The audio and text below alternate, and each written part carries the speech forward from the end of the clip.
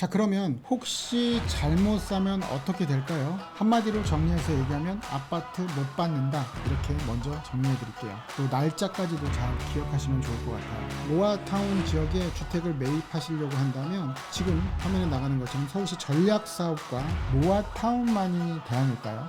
선수들은 안녕하세요. 여러분의 부동산 투자 얘기를 환하게 밝혀드리는 정준환의 부동산 레시피입니다. 이번 영상은 모아주택에 대해서 관심이 많은데 혹시 모아주택을 샀다가 잘못되면 어떡하죠? 이럴 경우에는 어떻게 되는지, 또 무엇을 알아야 이런 문제점이 발생됐을 때 피해를 보지 않는지에 대해서 영상 찍었으니까요. 모아주택을 매입하시려고 하시는 분들은 영상 꼭 끝까지 시청해 주세요. 자, 그러면 혹시 잘못 사면 어떻게 될까요? 한마디로 정리해서 얘기하면 아파트 못 받는다, 이렇게 먼저 정리해 드릴게요. 잘못 사게 된다면 이러한 이유 때문에 그러는데요. 권리 산정 기준이라는 게 있고요. 이런 조건을 충족하지 않았을 땐 돈으로 돌려받게 되는 거죠. 그래서 이 부분은 굉장히 중요하기 때문에 여러분들이 영상 끝까지 마무리, 또 날짜까지도 잘 기억하시면 좋을 것 같아요. 서울시에서 6월 22일 날 발표를 했던 내용인데요. 자료를 보면 권리 산정 기준일이 6월 23일이라고 지정되어 있고요.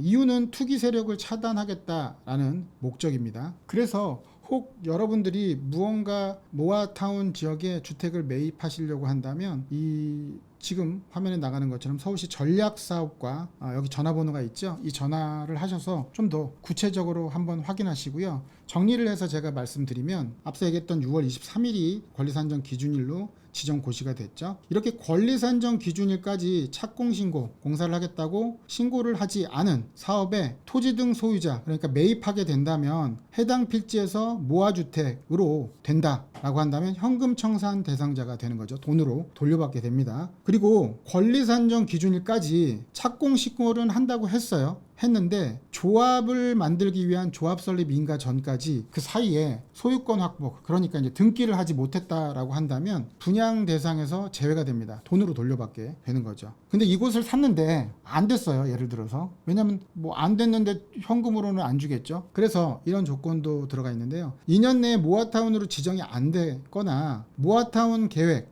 수립해서 안 하게 된다라고 한다면 자동 실효가 된다는 의미는 모아타운이 안 되는 거니까 뭐 현금 청산 대상 될 이유도 없겠죠. 그래서 만약에 이 조건 때문에 현금 청산 대상이 될 확률이 높다라고 한다면 일단은 보유하셔야겠죠. 실효되면. 그리고 지분 쪼개기라고 들어보셨나요? 막 주택을 여러 개로 만드는 건데요. 이 부분도 현금 청산 대상이 되는데 확실하게 또 알고 넘어가셔야 될 것 같아요. 한 필지 토지가 번지수가 이제 하나라고 보시고요. 토지가 여러 개로, 번지수를 여러 개로 나누는 필지로 분할한 경우에는 돈으로 돌려받게 된다는 거고요. 단독주택 또는 다가구 주택이 다세대 주택으로 전환되는 경우, 그러니까 단독 다가구가 있는데 이걸 부시고 다세대 소유자를 여러 명으로 만들면 그러면 또 현금 청산이 되는 거고요. 하나의 대지 범위에 속하는 동일인 소유의 토지 및 토지 등의 건축물을 토지 및 토지 등의 건축물로 각각 분리하여 소유하는 경우. 어렵죠? 쉽게 얘기하면 하나의 대지 위에 토지와 건물을 소유권을 그냥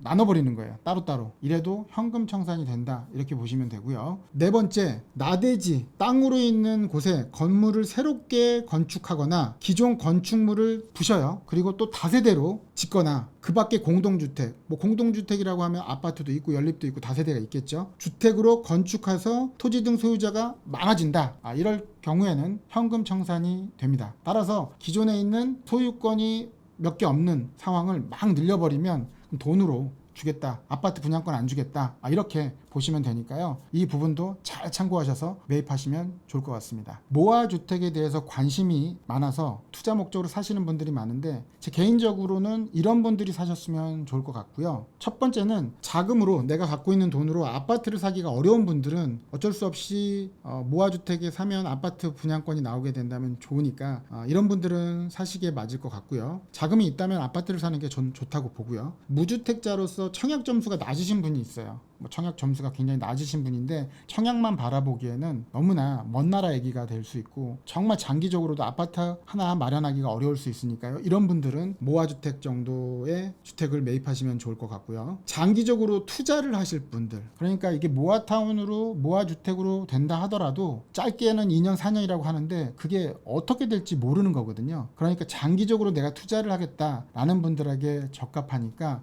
이런 분들만 관심을 갖고 하시면 어떨까라는 개인적인 사견을 드리겠습니다. 혹시 반짝 인기 있는 거는 아닐까요? 모아주택이? 계획은 계획으로 끝날 수 있는 경우가 있죠. 처음 계획과는 다르게 공급하겠다는 의지와는 다르게 여러 가지 문제점들 때문에 진행이 못 되는 경우도 많으니까요. 이런 부분들도 꼭 기억하셨으면 좋겠고요. 투자자 입장에서 모아타운만이 대안일까요? 선수들은 많은 사람들이 모아타운을 볼 때 사람들이 이쪽으로 많이 몰리니까 나는 이쪽을 봐야지 해서 다른 쪽을 보는 경우가 상당히 많아요. 이런 지역들이 대체적으로 보면 서울을 기준으로 해서 생활권 계획지구라는 게 있거든요. 이런 지역이 53개 지구로 지정되어 있는데 이곳도 관심을 가져보면 좋을 것 같고요. 또 역세권 주변의 일대에 개발을 하기 때문에 이런 지역도, 또 중공업 지역도 불가피하게 개발할 수밖에 없기 때문에 중공업 지역도, 또 한강변에 대한 개발 지역도, 이렇게 이런 지역들도 다양하게 여러분들이 검토하신다면 남들이 바라볼 때 다른 쪽으로 또 선회해서 관심을 가지면 그 지역이 오히려 대박이 날 수도 있는 상황이 생기겠죠. 그리고 2040 서울 플랜이라는 게 있는데요. 이거는 장기적인 2040년도까지의 계획인데 이곳 역시도 관심을 가지신다면 여러분이 투자를 할 때 성공적인 투자가 될 수 있는 방법 중에 하나다, 이렇게 생각됩니다. 오늘 영상은 여기서 마치고요. 영상이 좋았다면 구독, 좋아요, 알림 설정 부탁드릴게요. 정준환의 부동산 레시피, 다음에 더 알찬 정보로 찾아뵙겠습니다. 오늘도 가슴 뛰는 삶 되세요.